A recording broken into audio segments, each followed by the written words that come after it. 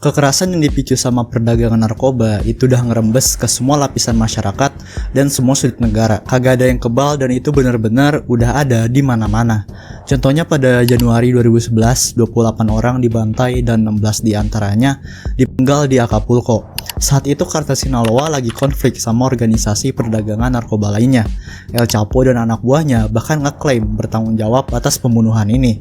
Dan itu micu gelombang kekerasan yang kagak cuman ngubah arah perang, tapi juga hidup mereka selamanya. Sekarang di video ini mari kita bahas konflik paling mematikan yang ngelibatin kartel di Meksiko. Oke bre, tanpa berlama-lama lagi, langsung aja kita mulai videonya.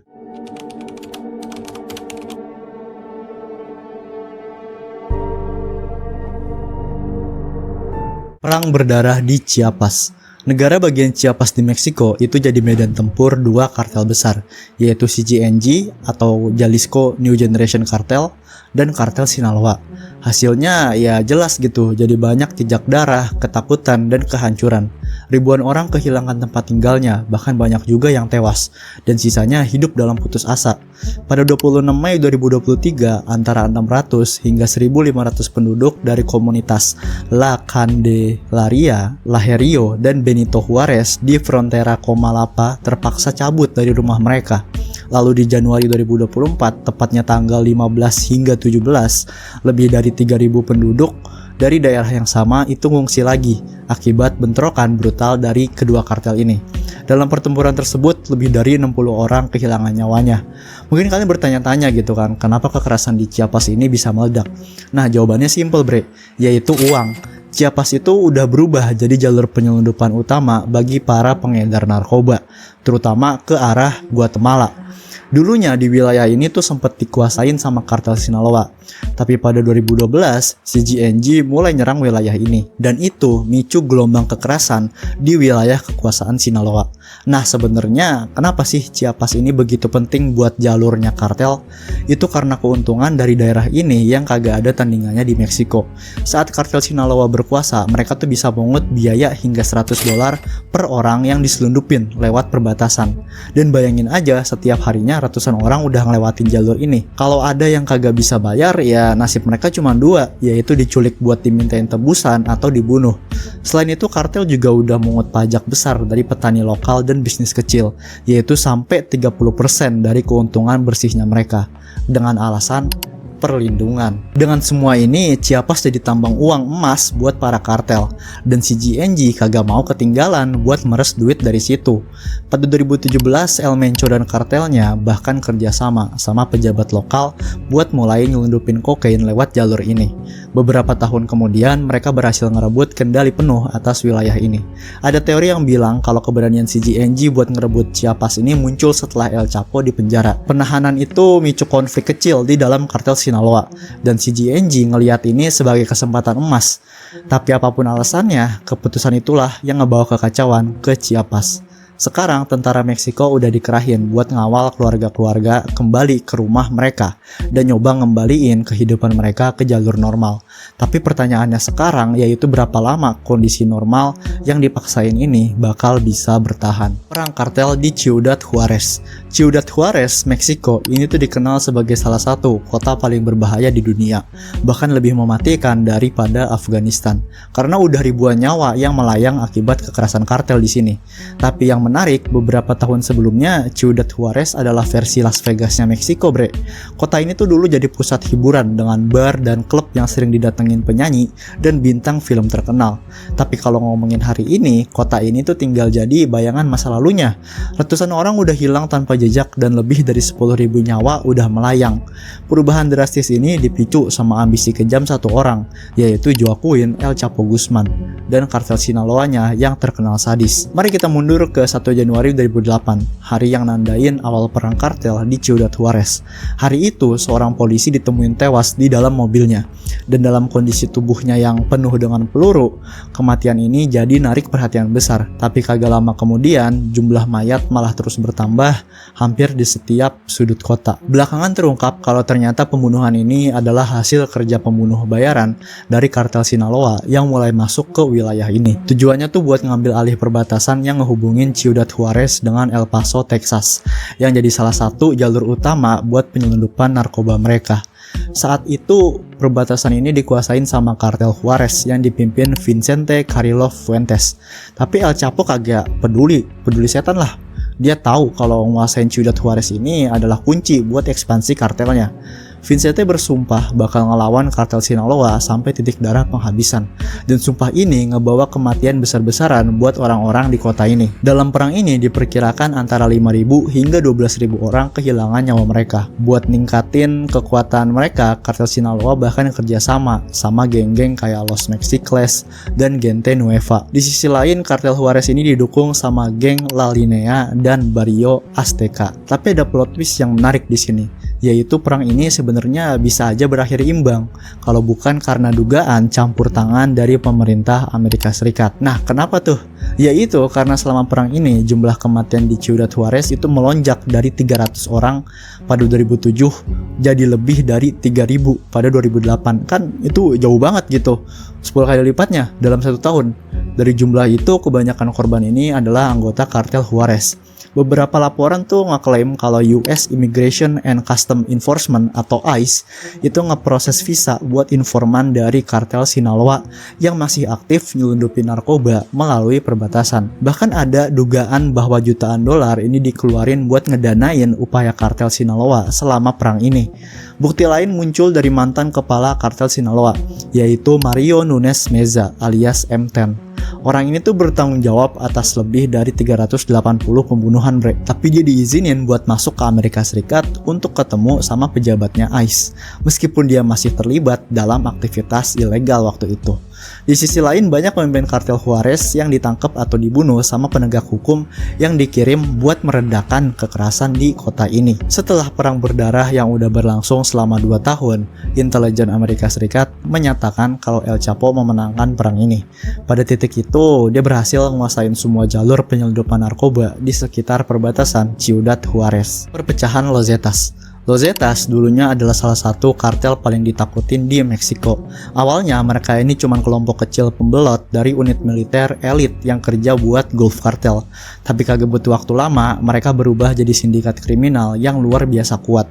Bahkan nyampe bisa bersaing sama kartel Sinaloa, yang istilahnya mah top one-nya gitu di Meksiko. Tapi kebangkitan Zetas yang begitu cepat ini ternyata juga jadi awal dari kehancuran mereka. Perang ngelawan organisasi kriminal lain itu kagak cuman ngerusak reputasi mereka, tapi juga ngehancurin kartel ini dari dalam. Semua ini tuh bermula pada 1997 ketika 31 anggota pasukan khusus Angkatan Darat Meksiko membelot dan gabung sama Gulf Cartel di bawah pimpinan Ociel Cardenas Quillen. Mereka ini bertugas sebagai pembunuh bayaran dan pengawal elit. Pada 2002, pemimpin pertama Zetas yaitu Letnan Arturo Guzman de Sena alias Z1 itu tewas. Lalu setelah Cardenas ditangkap dan diekstradisi ke Amerika Serikat, Zetas ngeliat ini sebagai peluang buat menjadi kekuatan independen. Dengan Heriberto Lascano alias El Lasca atau Z3 sebagai pemimpin baru, mereka misahin diri dan mulai ngebangun jaringan sendiri untuk perdagangan narkoba, senjata, dan manusia. Jumlah mereka ini cuma sekitar 300 orang, tapi berkat pelatihan militer yang ketat, mereka bisa bersaing bahkan ngunggulin kartel-kartel lain. Dengan senjata canggih, teknologi komunikasi yang mutakhir, dan operasi yang terkoordinasi seperti militer, Zetas ini memperkenalkan era baru dalam kejahatan terorganisir yang bikin aparat keamanan kelabakan. Beda dari kartel lain yang sering ngandelin aliansi, Zetas ini berkembang dengan teror. Mereka terkenal dengan metodenya yang kejam banget. Salah satu aksi paling ngerinya itu adalah pembantaian 72 migran di Tamaulipas pada Agustus 2010. Di saat itu, mereka ngerebut wilayah dengan presisi militer dan manfaatin setiap peluang kriminal yang ada. Pada Agustus 2011, 8 anggota Zetas nyerbu sebuah kasino di Monterrey, Nuevo Leon. Mereka juga nyiram bensin di seluruh area termasuk karpet dan mesin slot, lalu ngebakar tempat itu. Akibatnya 52 orang tewas dalam kebakaran tersebut. Beberapa bulan kemudian ratusan orang juga diculik dari San Fernando sama Zetas, dan berakhir dengan minggu-minggu berikutnya. Otoritas yang nemuin mayat ini terkubur di kuburan massal dengan total lebih dari 190 jasad. Dan kalau itu belum cukup ngeri, pada Mei 2012 otoritas nemuin 49 mayat tanpa kepala yang berserakan di sepanjang jalan raya di Caderey Jimenez, Nuevo Leon. Korban-korban ini tuh dimutilasi sama Zetas sebagai peringatan buat musuh-musuh mereka. Tapi seperti kata pepatah, semakin tinggi pohon semakin kencang pula anginnya. Setelah jadi salah satu kartel terbesar di Meksiko, ternyata Los Zetas ini mulai kesulitan ngoordinasiin semua faksi mereka yang tersebar di seluruh negeri. Masalah internal pun juga mulai muncul, terutama di antara Trevino bersaudara yang memimpin kartel ini. Pertengkaran ini akhirnya mecah Zetas jadi dua faksi pada 2013. Sekarang, tanpa kepemimpinan yang terpusat, Zetas ini terpecah jadi kelompok-kelompok kecil yang lebih independen. Masing-masing faksi ngejalanin operasinya sendiri dengan prioritas dan aliansi yang berbeda-beda. Beberapa kelompok pecahan Zetas emang tumbuh jadi cukup kuat, tapi mereka kagak lagi punya kekuatan sebesar organisasi aslinya. Mereka tetap berpengaruh di beberapa wilayah, tapi jauh dari ancaman besar yang dulu bikin pemerintah Meksiko kewalahan. Los Zetas adalah contoh gimana ambisi besar tanpa batas itu bisa ngehancurin sebuah organisasi. Mereka mungkin udah kagak lagi jadi kekuatan dominan, tapi jejak kekejaman mereka tetap jadi pengingat betapa kejamnya dunia kartel Meksiko. Zona perang di Acapulco. Dulu Acapulco itu dikenal sebagai kota glamor dengan pantai yang indah dan kehidupan malam yang gemerlap. Tapi sekarang kota ini malah punya julukan baru, yaitu ibu kota pembunuhan Meksiko. Pantai-pantai yang dulu indah kelihatannya kini malah jadi medan perang. Jalan-jalan yang dulu rame juga berubah jadi kuburan, dan tempat wisata yang dulu jadi daya tarik malah jadi zona konflik. Kekerasan kartel udah nenggelemin kota ini dalam kekacauan selama lebih dari 1 dekade. Tapi perangnya ini tuh kagak cuman antara dua kartel. Ini adalah perang multifront yang libatin kartel Sinaloa, organisasi Beltran Leyva atau BLO, Los Zetas, dan Familia Michoacana. Semuanya ini bertarung buat kekuasaan dan dominasi di wilayah ini, bre. Tanggal 9 Januari 2011, lebih dari selusin mayat tanpa kepala itu ditemuin di luar sebuah mall di Acapulco. Di samping tubuh-tubuh itu, ada juga sebuah pesan yang berbunyi, untuk siapa aja yang mencoba masuk ke wilayah ini, inilah yang akan terjadi. Hormat kami, kartel terkuat, El Chapo Guzman. Sehari sebelumnya, 6 mayat ditemuin di dalam sebuah taksi. Semua korbannya ini ditembak dari jarak dekat, dan 2 diantaranya ditemuin dengan leher yang udah tergorok. Penemuan ngeri ini cumanlah sebagian kecil dari perang kartel yang terus berlangsung di Acapulco. Konflik ini dimulai ketika kota ini tuh jadi titik transit penting bagi organisasi Beltran Leyva dan kartel Sinaloa buat nyelundupin ganja dan kokain Kolombia ke Amerika Serikat. Industri pariwisatanya Acapulco yang sibuk, ditambah permintaan tingginya buat ganja, ngejadiin kota ini hotspot yang nguntungin banget bagi perdagangan narkoba. Tapi kesuksesan ini tuh jadinya narik perhatian kelompok kriminal lain, terutama Los Zetas yang waktu itu lagi bersekutu sama Gulf Cartel. Persaingan ini meningkat jadi konfrontasi berdarah pada Januari 2006. Pertempuran senjata yang sengit juga jadinya pecah, ninggalin kendaraan terbakar dan mayat yang berserakan di jalanan. Serangan brutal ini adalah pesan jelas buat penduduk Acapulco, di mana di situ kartel-kartel ini ada untuk tinggal dan mereka kagak segan-segan ngegunain kekerasan buat nunjukin kekuasaan mereka. Ketika Presiden Felipe Calderón ningkatin perang lawan kejahatan terorganisir, pasukan keamanan Meksiko dengan dukungan Amerika Serikat itu mulai nargetin para pemimpin kartel. Di Acapulco ini ngakibatin landscape kriminal yang terpecah-pecah. Dengan banyak faksi kecil yang saling bersaing, pembunuhan salah satu saudara Beltran Leyva pada 2009 itu ngelahirin kelompok-kelompok baru kayak kartel independen Acapulco, kartel Pasifik Selatan, dan La Barredora. Dari sana, kelompok-kelompok kecil lainnya yang fokus ke perdagangan heroin dan aktivitas kriminal lainnya itu mulai ikut dalam pertumpahan darah ini. Ketika El Chapo ditangkap kembali dan kartel-kartel besar ini lainnya runtuh, geng-geng kecil mulai ngelebarin aktivitas mereka ke penculikan dan pemerasan. Gelombang kejahatan ini udah maksa sekitar 2000 bisnis di kota ini untuk tutup. Ribuan penduduk dan turis juga ninggalin kota ini karena takut sama kekerasan yang marak di sana. Lalu pertanyaannya, gimana keadaan Acapulco hari ini? Kekerasan di Acapulco masih berlangsung dan korbannya beragam.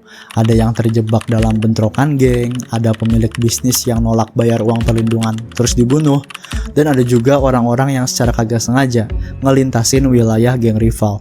Walaupun tingkat pembunuhan udah nurun dari puncaknya, yaitu lebih dari 900 kasus per tahun di 2016, pembunuhan masih terus terjadi dengan kecepatan yang bikin kita khawatir. Perang-perang di Acapulco ini juga bisa kita bilang masih jauh dari kata selesai. Masa depan kota ini tetap kagak pasti, dan dengan kagak adanya solusi yang jelas, kekerasan sepertinya bakal terus jadi bagian dari kehidupan sehari-hari di sana. Perpecahan BLO Sinaloa.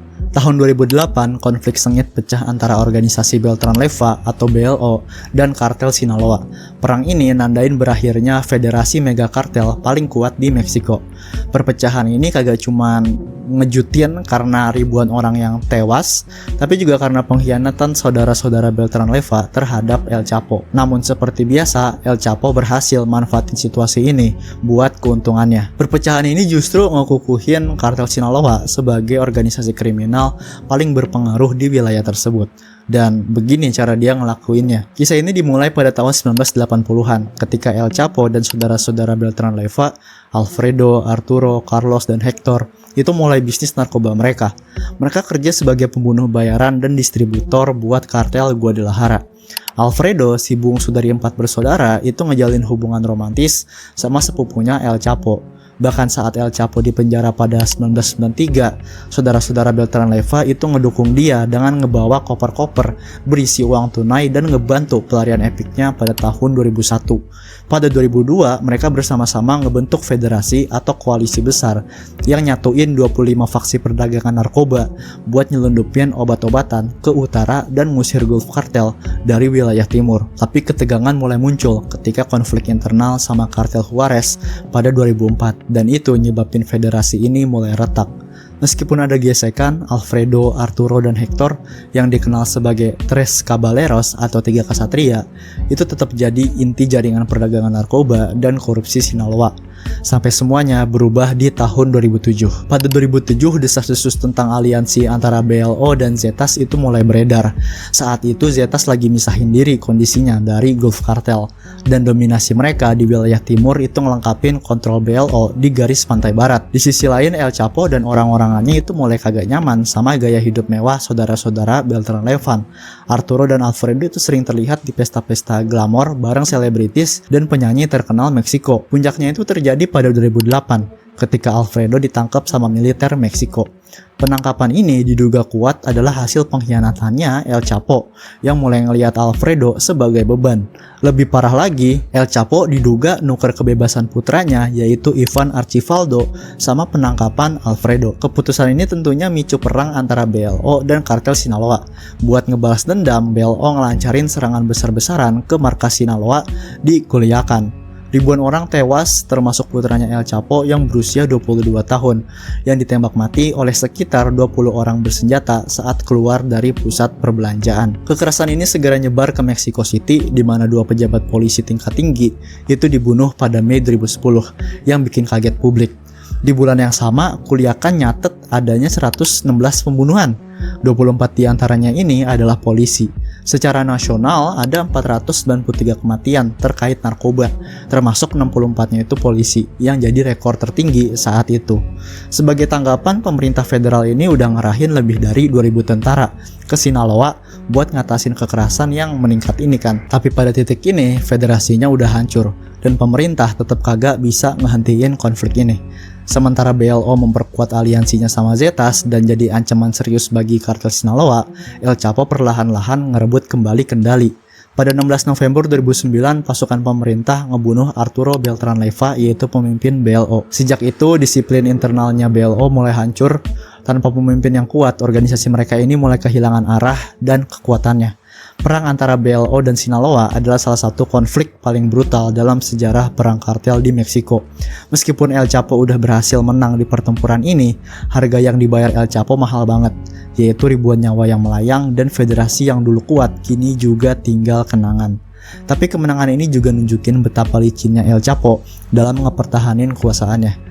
Dari sekutu jadi musuh, dia tahu kapan harus nyerang, kapan harus mundur, dan kapan harus ngorbanin seseorang buat keuntungan yang lebih besar. Pertempuran di Ruiz. Pertempuran di Ruiz ini adalah salah satu perang kartel paling dingin dan brutal yang pernah disaksiin Meksiko. Perang ini ngelibatin dua kartel paling kejam di negara itu, yaitu kartel Sinaloa dan Los Zetas. Di pertengahan 2000-an, negara bagian Nayarit yang dulunya dikenal sebagai wilayah damai dengan pantai indah dan resort yang bagus, mendadak berubah jadi ladang pertempuran.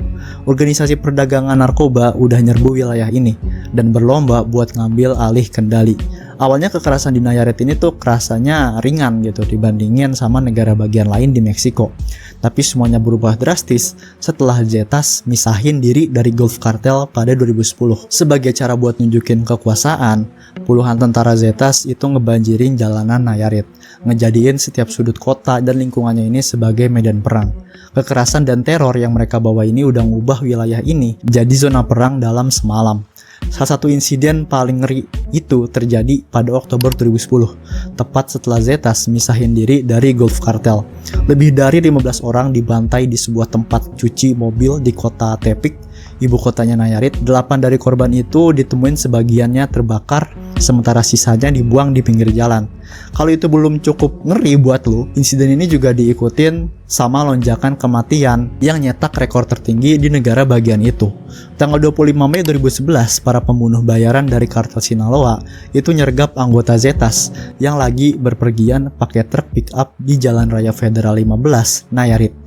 Ketika Zetas sadar mereka disergap, pertempuran sengit pun terjadi. Dalam hitungan jam, lebih dari 29 orang tewas dalam baku tembak brutal itu. Penduduk setempat yang ketakutan segera ngasih tahu pihak berwenang kan. Tapi pas polisi tiba di lokasi, mereka cuma nemuin kendaraan yang ditinggalin, senjata kaliber tinggi, granat, narkotank, dan tumpukan mayat.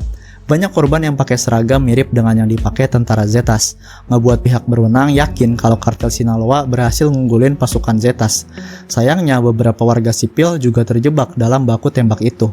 Salah satu korban sipil yang ditemuin ini berasal dari Guatemala. Dalam pertempuran yang dikenal sebagai pertempuran di Ruiz ini, hampir 100 orang tewas, terluka atau ngilang. Hingga hari ini jumlah korban dari pertempuran ini terus bertambah, dan alhasil perang kartel di Nayarit ninggalin bekas yang mendalam, mengubah tempat yang dulunya damai jadi lokasi penuh ketakutan. Kekerasan kayak gini kagak cuma ngehancurin wilayah tentunya, tapi juga kehidupan ribuan keluarga yang terjebak di tengah-tengah konflik. Perang narkoba Kolombia. Perang narkoba di Kolombia adalah konflik yang brutal dan juga rumit. Dimulai pada akhir abad ke-20, konflik ini tuh lahir dari kebangkitan kartel-kartel besar, khususnya Medellin dan Cali. Kedua kartel ini kagak cuma terkenal karena pengaruhnya yang besar, tapi juga karena perannya yang penting banget dalam ngebentuk sejarah modern Kolombia. Nah, gimana semua ini bermula? Awalnya di akhir tahun 1970-an, Pablo Escobar itu muncul ke permukaan mimpin kartel Medellin. Dalam waktu singkat, Escobar ngubah kartel ini jadi kekuatan besar dan perdagangan kokain. Berbasis di Medellin, Kolombia, kartel ini tuh waktu itu udah nguasain sekitar 80% pasokan kokain dunia. Mereka terkenal sama taktiknya yang kejam, yaitu pembunuhan, penyuapan, semuanya tuh dilakuin lah pokoknya buat ngepertahanin kekuasaan dan ngehindarin aparat hukum. Escobar sebegitu kaya dan berpengaruhnya, dia bahkan berhasil nyusup ke berbagai level pemerintahan dan masyarakat. Pendekatannya yang dikenal sebagai pelata o plomo, artinya uang atau peluru, jadi andalan. Siapapun yang berani nentang dia, pilihannya ya cuma dua gitu, mau disuap atau dibunuh. Saat kartel Medellin nyuri perhatian dunia dengan aksi brutalnya, kartel Cali diam-diam bangkit. Dipimpin sama Rodriguez Orejuela bersaudara, kartel ini punya pendekatan yang jauh berbeda. Kalau Medellin ini bertindaknya tuh kayak pasukan tank yang beringas gitu ya. Kartel Cali itu lebih kayak ninja. Mereka ngedepanin kecanggihan, ngehindarin kekerasan, mencolok, dan lebih suka ngelakuin penyuapan serta korupsi. Di akhir 1980-an, kartel Cali nguasain sebagian besar perdagangan kokain dunia. Operasi mereka juga kelihatannya tuh terorganisir banget, dengan fokusnya yang pada logistik dan efisiensi. Beda dari Medellin, kartel Cali ngehindarin serangan yang narik perhatian dan lebih suka kerja di balik layar. Ketika dua kartel ini bersaing buat ngedominasi pasar, rivalitas mereka memanas dan memuncak pada awal 1990-an. Pemerintah Kolombia itu dengan dukungan dari Amerika Serikat ningkatin upaya buat ngehancurin kedua kelompok ini. Karena emang gara-gara mereka, jalanan Kolombia bener-bener berubah jadi zona perang, bre. Puncak perlawanannya itu datang pada 1993, saat Escobar tewas dalam baku tembak dramatis dengan polisi nasional Kolombia. Kematian Escobar ini nandain awal dari akhir bagi kartel Medellin. Setelah kejatuhan Medellin, fokus pemerintahan Kolombia beralih ke kartel Cali, dan mereka kagak main-main juga gitu. Pada pertengahan 1990-an, hampir semua pemimpin kartel Cali ditangkap atau dibunuh. Otomatis operasi mereka kan jadi lumpuh total. Tapi apakah perdagangan narkoba langsung berhenti setelah dua kartel besar ini jatuh? Tentu aja kagak. Yang terjadi justru munculnya kelompok-kelompok kecil yang lebih terdesentralisasi. Meskipun kekerasan dan ketidakstabilan itu masih ada, penurunan kekuasaan dua kartel besar ini adalah kemenangan besar bagi pemerintah Kolombia dan sekutu internasionalnya. Buat penutup, gue pengen ngasih tahu kalau perang narkoba di Kolombia itu belum benar-benar selesai. Tapi satu hal yang pasti, kondisi saat ini jauh lebih baik dibandingin masa kejayaan kartel Medellin dan kartel Cali. Perang Camorra. Perang Camorra adalah konflik berdarah dan kacau yang berpusat ke salah satu organisasi kriminal tertua dan paling terkenal di Italia. Camorra berasal dari wilayah Campania, dan sepanjang sejarahnya mereka tuh udah ninggalin jejak kekerasan, korupsi, dan perang wilayah yang berdampak besar ke masyarakat Italia. Beda dari mafia yang punya struktur hierarkis, Camorra ini tuh terdiri dari banyak klan yang masing-masing bersaing buat kekuasaan. Jadi kagak heran kalau konflik internal tuh seringkali berubah jadi perang terbuka antara mereka. Semuanya ini dimulai di awal 1980-an ketika Rafael Lechutolo yang adalah pemimpin Nuova Camorra Organization atau NCO itu nyoba nyatuin klan-klan Camorra di bawah kekuasaannya. Tapi rencana itu jelas kagak diterima dengan baik sama para pemimpin klan lainnya yang lebih suka kerja sendiri dengan kekuasaan mereka masing-masing. Dan bener aja kagak butuh waktu lama, perlawanan ini berubah jadi perang habis-habisan. Darah ngalir dari banyak sisi, aliansi juga terus bergeser, dan pengkhianatan udah jadi hal yang biasa. Salah satu momen paling kejam dalam perang ini itu adalah pembunuhan Giacomo Frattini yang dikenal dengan julukan Bambulela. Frattini, mantan rekannya Cutolo, itu dibunuh dengan brutal pada tahun 1982 sebagai bagian dari perebutan kekuasaan ini. Pembunuhan itu tuh udah dirancang buat ngirim pesan yang jelas, yaitu siapapun yang nyoba ngelawan NCO itu bakal ngehadepin nasib yang sama. Contoh lain kekejaman Camorra adalah pembunuhan Marcelo Torre yang adalah wali kota Pagani pada tahun 1980. Torre ini dibunuh karena nolak kerjasama dengan tuntutannya Camorra. Kematian ini nunjukin seberapa besar pengaruh mereka dan betapa jauhnya mereka bersedia buat nyingkirin siapapun yang ngehalangin jalan mereka. Sepanjang 1980-an, upaya Cutolo buat musatin kekuasaan itu justru micu lebih banyak fragmentasi atau pecahan. Klan-klan saingan juga jadi semakin kuat dan konflik ini terus makan korban. Menjelang akhir 1980-an, perang ini udah nelen ribuan nyawa. Klan-klan yang tersisa akhirnya mulai ngeperkuat wilayah mereka masing-masing. Tapi pas semuanya udah mulai agak tenang, situasi ini bikin kita mikir kalau perang ini kagak bakal selesai. Cutolo dan sekutunya bener aja mulai kehilangan kendali. Kejatuhan Cutolo terjadi setelah banyak anak buahnya ditangkap atau dibunuh. Bahkan Cutolo sendiri akhirnya dijatuhin hukuman penjara seumur hidup. Kejatuhan Cutolo bukannya ngebawa perdamaian, sebaliknya itu justru ngebuka jalan bagi para pemimpin baru dan lebih banyak kekacauan. Salah satu pemimpin baru itu adalah Carmine Alfieri yang nyoba nyatuin faksi-faksi yang tersisa. Meski Alfieri ini sempat ngeraih beberapa keberhasilan, kekerasan tetap kagak pernah bener-bener hilang. Bahkan sampai hari ini pengaruh Camorra jadi masih kerasa. Mereka kagak cuma beroperasi di Italia, tapi juga di seluruh dunia, bre. Ngejalin kemitraan sama hampir semua organisasi kriminal yang bisa kalian pikirin. Perang Camorra adalah contoh sempurna gimana konflik internal dalam organisasi kriminal itu bisa berubah jadi kekacauan besar. Meskipun banyak pemimpin mereka yang udah tumbang, Camorra tetap jadi kekuatan yang sulit dihancurin. Perang narkoba di Brazil. Perang narkoba di Brazil adalah kisah penuh darah dan kekacauan yang berpusat pada dua pemain utama, yaitu Primeiro Comando da Capital atau PCC dan Comando Vermelho atau CV. Dua organisasi ini tuh udah bertahun-tahun bersaing buat nguasain perdagangan narkoba yang menguntungkan banget, ninggalin jejak kehancuran di mana-mana. Tapi kekerasan ini tuh kagak selalu jadi perhatian besar bagi pemerintah Brazil awalnya. Semuanya ini tuh mulai bener-bener jadi panas di awal 1990-an. Saat PCC yang didiriin di dalam sistem penjara Sao Paulo itu mulai ngeguncang dunia kejahatan. PCC itu bukan geng biasa, mereka ini adalah kelompok yang terorganisir banget, disiplin dan punya tujuan yang jelas gitu, yaitu ngedominasi perdagangan narkoba. Dan mereka agak peduli siapapun yang nyoba ngehalangin jalan mereka. Sementara itu, di Rio de Janeiro, CV udah lebih dulu mapan. Dibentuk sejak 1970-an, CV ini adalah pemain lama di dunia perdagangan narkoba Brazil. Mereka dikenal kejam dan rela ngelakuin apapun demi mempertahankan cengkeraman mereka di favelas atau pemukiman kumuh di kota itu. Sebagai pelopor perdagangan narkoba di Brazil, CV jelas kagak senang melihat pengaruh PCC yang jelas terus berkembang. Ketegangan antara kedua kelompok ini semakin panas ketika PCC mulai ngeperluas operasinya keluar Sao Paulo. Pada tahun 2006, situasi itu berubah jadi kelam ketika PCC ngelancarin serangkaian serangan terkoordinasi ke polisi dan pejabat publik di Sao Paulo. Ini tuh bukan serangan kecil-kecilan, bre. Ini adalah serangan skala besar yang ngebuat lebih dari 150 orang tewas cuman dalam waktu seminggu. Warga sipil tentunya kebingungan, tapi pesan yang mau disampaikan dari kejadian ini tuh jelas banget, yaitu kalau PCC kagak bakal main-main. Kagak mau kalah, CV juga nunjukin kalau mereka bisa sama brutalnya. Pada 2017, CV ngatur kerusuhan penjara di Manaus yang akibatin 56 narapidana tewas. Banyak diantaranya adalah anggota PCC. Pembantaian ini adalah bagian dari perang yang lebih besar buat nguasain rute perdagangan narkoba di Brazil Utara. Perang ini tuh bukan cuma soal wilayah atau rute penyelundupan narkoba. Ini adalah perjuangan berdarah buat mencapai supremasi atau puncak teratas. Kedua pihak ini rela ngelakuin apa aja dan sebrutal apapun buat nunjukin siapa yang lebih berkuasa di sini. Meski pemerintah Brazil udah ngelakuin berbagai upaya buat numpas kekerasan ini, termasuk penggerebekan polisi besar-besaran, konflik antara PCC dan CV tetap berkobar. Dalam beberapa tahun terakhir, perang ini tuh udah meluas ke bagian lain Brazil. Geng yang kecil itu udah mulai bersekutu dengan PCC atau CV, dan akibatnya nyiptain jaringan kekerasan yang semakin meluas.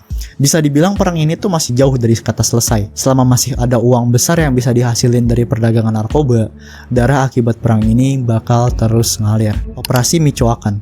Tanggal 11 Desember 2006, Presiden baru Meksiko, yaitu Felipe Calderón, ngerahin lebih dari 6.000 tentara ke negara bagian asalnya, yaitu Michoacan. Misinya tuh sederhana tapi besar, yaitu ngakhirin kekerasan yang dipicu sama kartel narkoba. Tapi akar konflik narkoba di Michoacan sebenarnya kan jauh lebih dalam daripada itu. Karena semuanya itu bermula di tahun 90-an, ketika kartel Milenio dan Amezcuas itu mulai ngejual sabu-sabu yang mereka impor dari Kolombia melalui aliansi sama kartel Medellin dan kartel Cali. Seperti biasa dalam dunia kartel, pengkhianatan kan kagak pernah jauh dari siklus di bisnis ini. Beberapa letnan Milenio membelot ke Gulf Cartel yang waktu itu juga distributor narkoba besar lainnya di Meksiko. Pada 2003, perdagangan narkoba di Michoacan itu meledak. Gulf Cartel memperkuat posisi mereka dengan bantuan kelompok penegak hukum mereka, yaitu Los Zetas, dan bersama-sama bareng kelompok vigilante, yaitu La Familia Michoacana. Mereka ngelancarin serangkaian kejahatan besar. Salah satunya adalah pelarian dari penjara Apatzingan pada 2004, di mana mereka berhasil ngebebasin anggota mereka yang ditahan. Ketika pemimpin La Familia Michoacana, yaitu Carlos Rosales Mendoza, ditangkap, Nazario Moreno ngambil alih. Dia ngedeklarasiin perang wilayah melawan kartel rival. Dan ini micu konflik besar yang ngebuat Michoacan tenggelam dalam kekacauan. Saat Felipe Calderón terpilih jadi presiden, dia ngelanjutin rencana operasi besar-besaran yang udah disiapin pendahulunya, yaitu Vicente Fox. Tentara yang dikirim ke Michoacan diberi tugas berat, yaitu ngerebut kembali wilayah yang dikuasain kartel, ngelakuin penggerebekan, nangkep anggota kartel, dan ngediriin pos-pos kontrol di jalan utama dan jalan kecil. Ini adalah pertama kalinya pemerintah Meksiko tuh ngeluncurin serangan besar-besaran buat ngelawan kartel narkoba. Operasi ini nandain juga awal dari perang narkoba Meksiko yang terkenal brutal. Calderón ningkatin upaya ini dengan ngerahin lagi sekitar 45.000 tentara bersama dengan polisi negara bagian dan federal buat ngehancurin kartel. Pada 2011, militer Meksiko udah nangkep lebih dari 11.000 orang yang diduga terlibat perdagangan narkoba. Tapi ini kagak datang tanpa harga, bre. Sejak dimulainya perang ini, lebih dari 40.000 orang itu udah kehilangan nyawanya. Bahkan dengan beberapa sumber yang memperkirakan kalau angka sebenarnya tuh jauh lebih tinggi. Kritik terhadap strategi Calderón nyebut bahwa perang ini kagak hanya gagal ngehancurin kartel, tapi juga nyiptain kekosongan kekuasaan yang micu pertempuran internal di antara anggota kartel junior yang berebut kendali. Beberapa kartel kayak kartel Sinaloa justru jadi lebih kuat gitu. Sementara itu beberapa tentara yang seharusnya ngelawan kartel malah nerima suap dan ngehianatin misi pemerintahan. Ketika masa jabatan Calderon berakhir, pemerintahnya ngeklaim bahwa sekitar 60.000 pembunuhan terkait narkoba terjadi selama 6 tahun masa jabatannya. Tapi sumber eksternal nyebut angka itu jauh lebih besar, yaitu ada yang bilang kalau sekitar 120.000 nyawa yang melayang. Coba lu bayangin bre, 120.000 orang, yang dimana masing-masing dari orang itu punya keluarga, rumah, pekerjaan, dan kehidupannya, dan nyawa mereka hilang gitu aja. Maksud gue, mereka mati buat apa gitu? Para pemimpin kartel hidup dalam kemewahan, sementara ribuan orang kehilangan nyawa demi keuntungan mereka. Tapi yang lebih bikin kaget, yaitu tetap adanya permintaan besar-besaran buat narkoba, terutama dari pasar Amerika Serikat. Tanpa permintaan ini, kagak akan ada yang namanya kartel, kagak akan ada perang. Tapi selama ada pasar yang terus haus akan barang ini, kartel bakal terus berkembang, dan selama itu darah bakal terus ngalir di jalanan Meksiko. Oke bre, segitu aja buat video gue kali ini, dimana kita udah ngebahas perang-perang gila yang terjadi gara-gara organisasi narkoba. Gimana menurut kalian? Kalau kalian suka dan pengen ngeliat gue ngebahas dunia organisasi kriminal dan perang narkoba lagi, bisa coba buat like, komen, dan share video ini. Terus juga bolehlah buat subscribe channel ini. Oke bre, sampai jumpa lagi di video berikutnya. Dadah.